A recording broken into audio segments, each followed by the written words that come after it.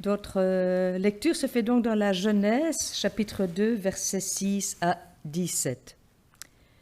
Une source montait de la terre et irriguait toute la surface du sol.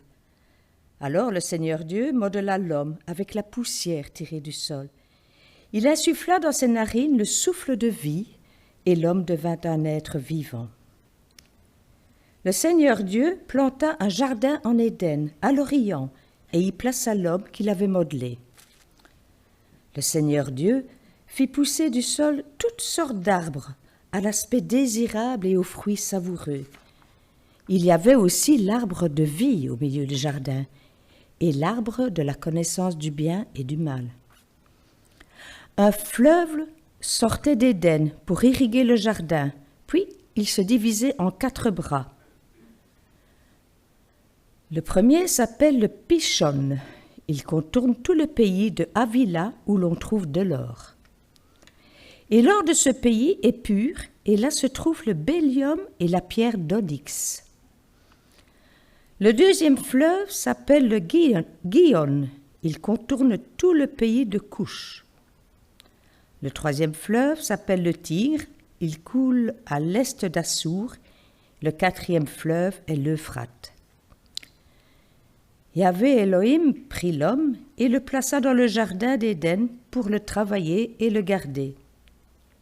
Yahvé Elohim ordonna sur Adam, disant « De tout arbre du jardin, manger tu mangeras, et de l'arbre de la connaissance du bien et du mal, tu n'en mangeras pas, car le jour où tu en mangeras, tu mourras. » Amen. Demain, vous le savez, c'est la fête nationale de la Belgique. Les pommes de terre vont se transformer en frites, des frites belges. La mayonnaise va les recouvrir selon les habitudes, et la bière et le péquet vont couler à flot. Petite question.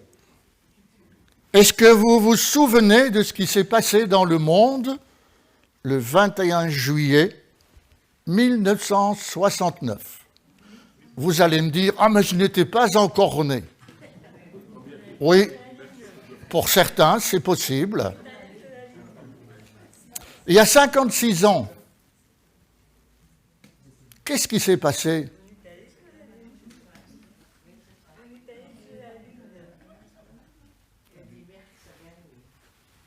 Qui encore dit mieux ? Le Tour de France. Bah oui, forcément. Et qui est-ce qui a gagné l'étape ? Moi, je ne me souviens plus. Mais je me souviens de ce 21 juillet 1969. J'étais dans Lyon pour un camp scout, comme aumônier, sur le terrain qui s'appelle la Croix-Galotte, intéressant, chez la famille Kloffenstein, dont les petits-enfants, les cousins travaillent au Laos, là où nous étions missionnaires jadis. Peut-être que vous étiez, vous, en vacances, écoutant la radio, la télévision, ou vous reposant dans votre transatlantique. Mais j'aimerais vous dire que ce jour-là, ceux qui étaient à l'écoute des médias ont entendu cette parole. Un petit pas pour l'homme, un grand pas pour l'humanité. Ce mot prononcé par Neil Armstrong alors qu'il posait le pied sur la Lune. Moi, je me suis posé la question, est-ce que j'aurais eu le courage de quitter cette Terre pour aller sur la Lune ?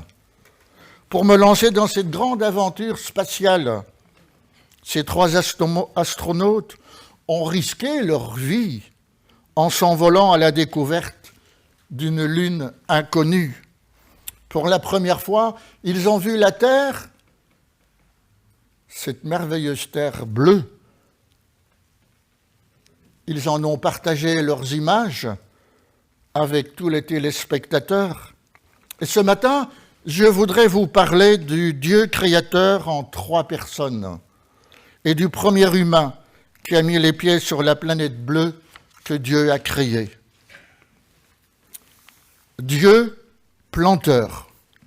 Notre texte biblique nous dit qu'au cœur de cette terre créée se trouve un jardin créé par Dieu, dans lequel Dieu a planté des arbres fruitiers de toute espèce. Ce jardin est arrosé par 4 fleuves, nullement imaginaires, mais bien réels, car nous avons les noms de ces fleuves. Quand nous parlons de notre jardin, il est situé dans un lieu géographique, dans un village, dans une rue, et nous en connaissons la superficie. Où se trouve le jardin de Dieu? Sur cette terre. Ce jardin, nous devons le chercher au Moyen-Orient. Si nous admettons qu'il a bien existé géographiquement, il suffit de remonter le cours de ces 4 fleuves dont notre récit nous parle. 2 nous sont parfaitement connus, le Tigre et l'Euphrate. Les 2 autres, Pishon et Gone, ou Gizon, sont plus difficiles à identifier. Alors là, on a toutes les interprétations possibles. Pishon pourrait être, pour certains commentateurs, l'Inde, avec le fleuve qui serait le Gange. D'autres encore pensent que les 2 fleuves difficiles à identifier sont les 2 affluents du Tigre et de l'Euphrate. Est-ce important? Ce qui est important, c'est que Dieu a planté, lui, un jardin. J'aime ce Dieu cultivateur. En tout état de cause, les données géographiques situent sans aucun doute ce jardin dans ce qui est identifié comme, vous le savez, le croissant fertile. Dans cette région du monde, c'est dans cette région du monde que prend naissance le berceau de l'humanité, le jardin d'Éden. Parler du jardin d'Éden, c'est découvrir qu'on est en présence de 2 choses. D'un jardin et d'un Éden. Quand nous parlons du jardin du château de Versailles, nous voyons bien que nous avons ici 2 choses, un jardin et un château. De même, parler du jardin d'Éden, c'est comprendre qu'il y a un jardin et un Éden. Quand je dis le jardin de Claude, eh bien, il y a Claude et il y a son jardin. On a 2 choses bien spécifiques. Dans le jardin planté par Dieu, des arbres fruitiers, de toute espèce. Une végétation luxuriante qui porte, nous dit la parole, sa semence en elle et sa capacité de se reproduire. C'est un lieu paradisiaque où il ferait bon vivre, pensez-vous. Mais le jardin n'est pas l'Éden. Il conduit à un lieu appelé l'Éden. L'Éden est comme un château, le point de convergence de toutes les voies qui traversent le jardin qui l'entoure. Regardons maintenant l'homme en relation avec le jardin et son Éden. Mais qui va s'occuper de ce jardin et vivre dans l'Éden? Qui va le garder, le cultiver, l'entretenir, en prendre soin? Tous les jardiniers savent très bien que si on laisse le jardin libre, eh bien, la nature va reprendre ses droits. J'ai des voisins qui ont coupé leurs arbres et qui ne viennent plus voir leur terrain. Et qu'est-ce qui se passe quand on voit la végétation comme elle s'est développée? Eh bien, il va encore y avoir de nombreuses feuilles à ramasser cet automne. Alors, qui va s'occuper de ce jardin? Dieu le sait. Et pour cela, il va créer un être humain à la manière d'un potier, transformer la glaise en humain. Puis, je ne sais pas si vous l'avez bien observé, Dieu transfère l'être humain qu'il a créé je dirais presque dans son atelier, la nature, il le transfère dans le jardin d'Éden. Dieu est donc un déménageur. C'est dans la parole de Dieu, peut-être que vous n'avez jamais fait attention à cela. Il planta un jardin et il vient planter l'homme également. Le verbe hébreu, vayani ehou, vient nous dire que Dieu l'installe. Installe cet être humain qu'il a créé, qu'il le dépose, qu'il le fait reposer dans le jardin après l'avoir déménagé de son lieu de création. Puis il dit, occupe-toi de ce jardin, tout est à ta disposition, c'est pour toi que je l'ai créé. Garde ce jardin, cultive, mange de tous les arbres fruitiers, mais ne consomme pas du fruit de l'arbre de la connaissance du bien et du mal, sous peine de mort. Tu as tout ton bonheur entre tes mains, dit Dieu, à l'homme qu'il a créé. Prends le chemin qui conduit vers ton Éden, et pour cela, trouve ton chemin. Frères et sœurs, l'homme créé par Dieu va s'aventurer sur le chemin qui ne conduit pas à son Éden. Il prend la mauvaise route, celle de l'interdit, celle qui conduit à consommer du fruit de l'arbre, de la connaissance du bien et du mal. Alors l'homme est entré dans le chemin de la désobéissance. Il vient d'écouter une autre voix que celle de Dieu, celle du serpent qui s'est introduit dans le jardin, semant la graine du mensonge, car lui aussi c'est un semeur. La graine du mensonge. Tu ne mourras pas. Dieu a-t-il réellement dit? Le doute est semé dans le cœur de l'homme chargé de cultiver, de prendre soin du jardin et d'aller vers son Éden. L'homme, par manque de vigilance et sa consommation de l'interdit donné par Dieu, voit ses yeux s'ouvrir tout à coup pour découvrir que la sécurité dans laquelle il se trouvait, dans laquelle il pouvait se plonger, vient de se briser. Il n'y a maintenant pour l'homme plus aucune sécurité. L'homme fait l'expérience du bonheur perdu. Il est chassé du jardin. Il est dans la situation d'un exilé, sans sécurité. Et il doit faire face à la loi de la jungle, sans cesse à la recherche du chemin. C'est aussi ce que nous vivons, frères et sœurs. On est toujours en train de chercher le chemin. Le temps qui s'écoule entre la sortie du jardin d'Éden et ce temps où l'homme se retrouve seul avec lui-même et son épouse, dont je ne parlerai pas aujourd'hui. 3 moments, 3 temps, 3 lieux sont ici à distinguer. Il y a le temps de l'histoire, où nous apprenons 2 hommes qui se trouvent dans un champ. Tiens, on n'est plus dans le jardin, on est dans un champ, nous dit la Bible, où l'on voit 2 hommes. Tiens, qui sont ces 2 hommes? Quelqu'un a une idée? Caïn et Abel, bravo. Vous aurez votre diplôme de théologien. C'est bien, hein? Alors il y a Caïn qui tue son frère dans le champ. Oui, frères et sœurs, il n'y a plus aucune sécurité dans ce champ. Plus de jouissance, plus de vertu. C'est le temps de l'injustice, c'est le temps de la violence, c'est le temps du meurtre, c'est le temps de la guerre, c'est le temps où on perd espoir et il n'y a plus de chemin possible de la paix. Mais alors, c'est catastrophique.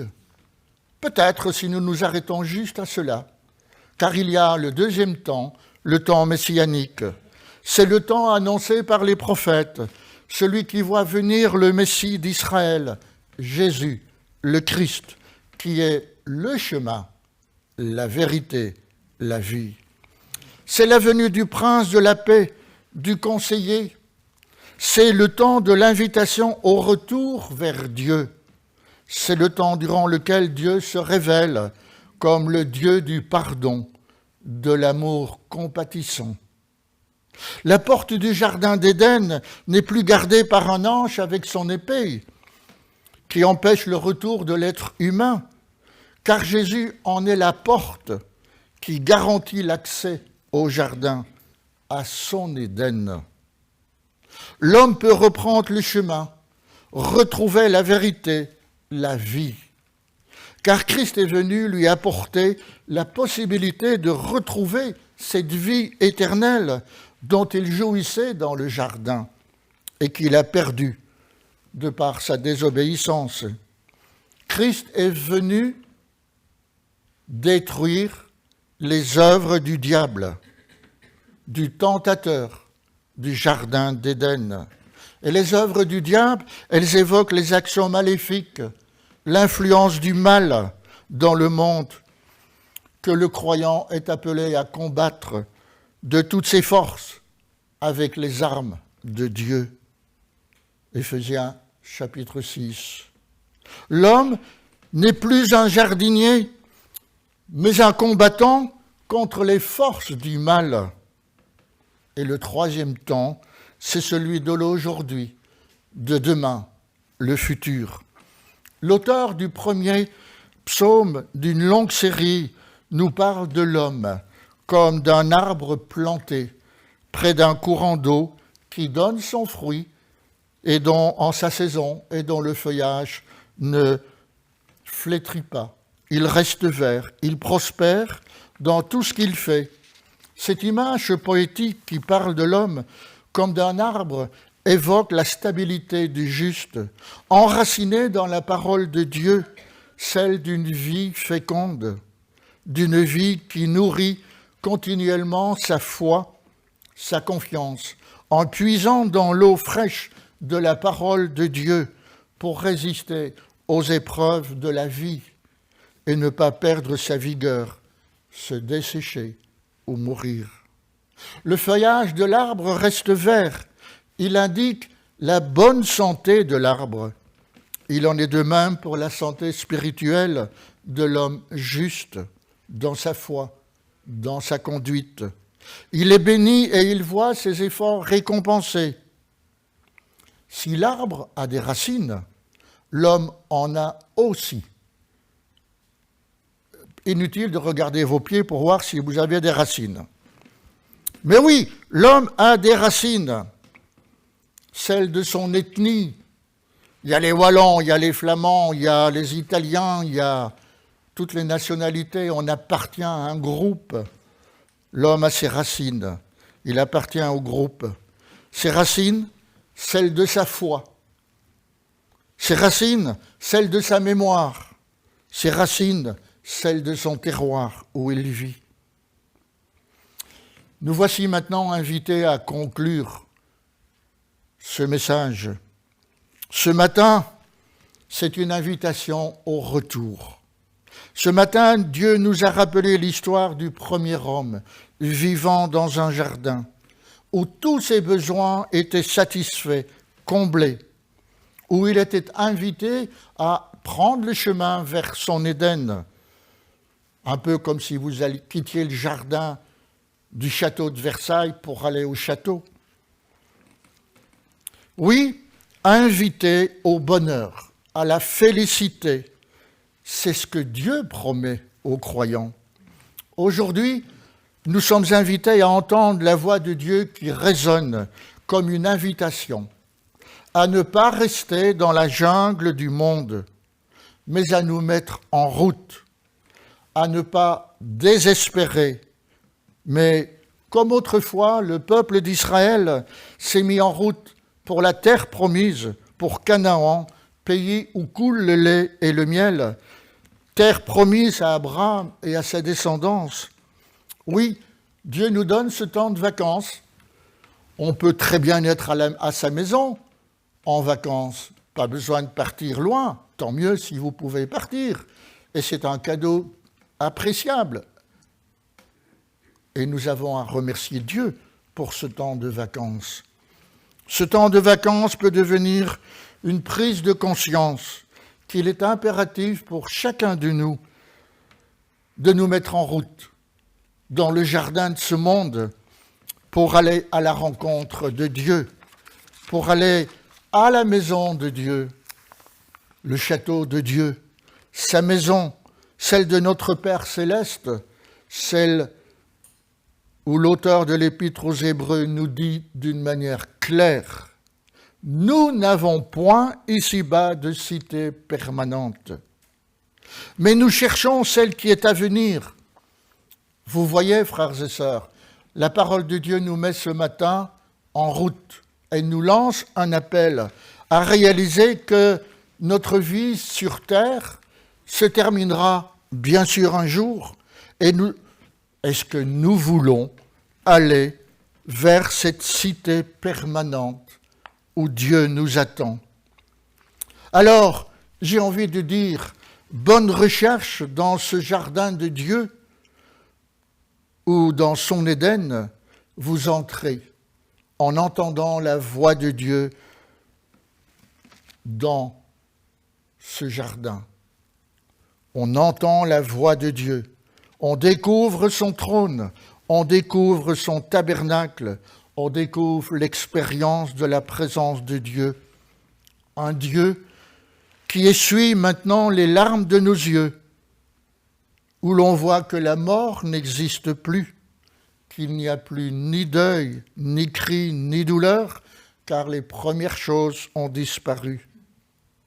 Vos oreilles entendront celui qui est assis sur le trône dire « Voici, je fais toutes choses nouvelles. » Ces paroles sont certaines et véritables, nous dit l'apôtre Jean dans son Apocalypse. Oui, frères et sœurs, allez, vous connaissez les chemins, Jésus est le chemin, la vérité, la vie. Il est temps d'aller vers votre Éden, vers cette félicité, vers la maison de notre Père. Amen.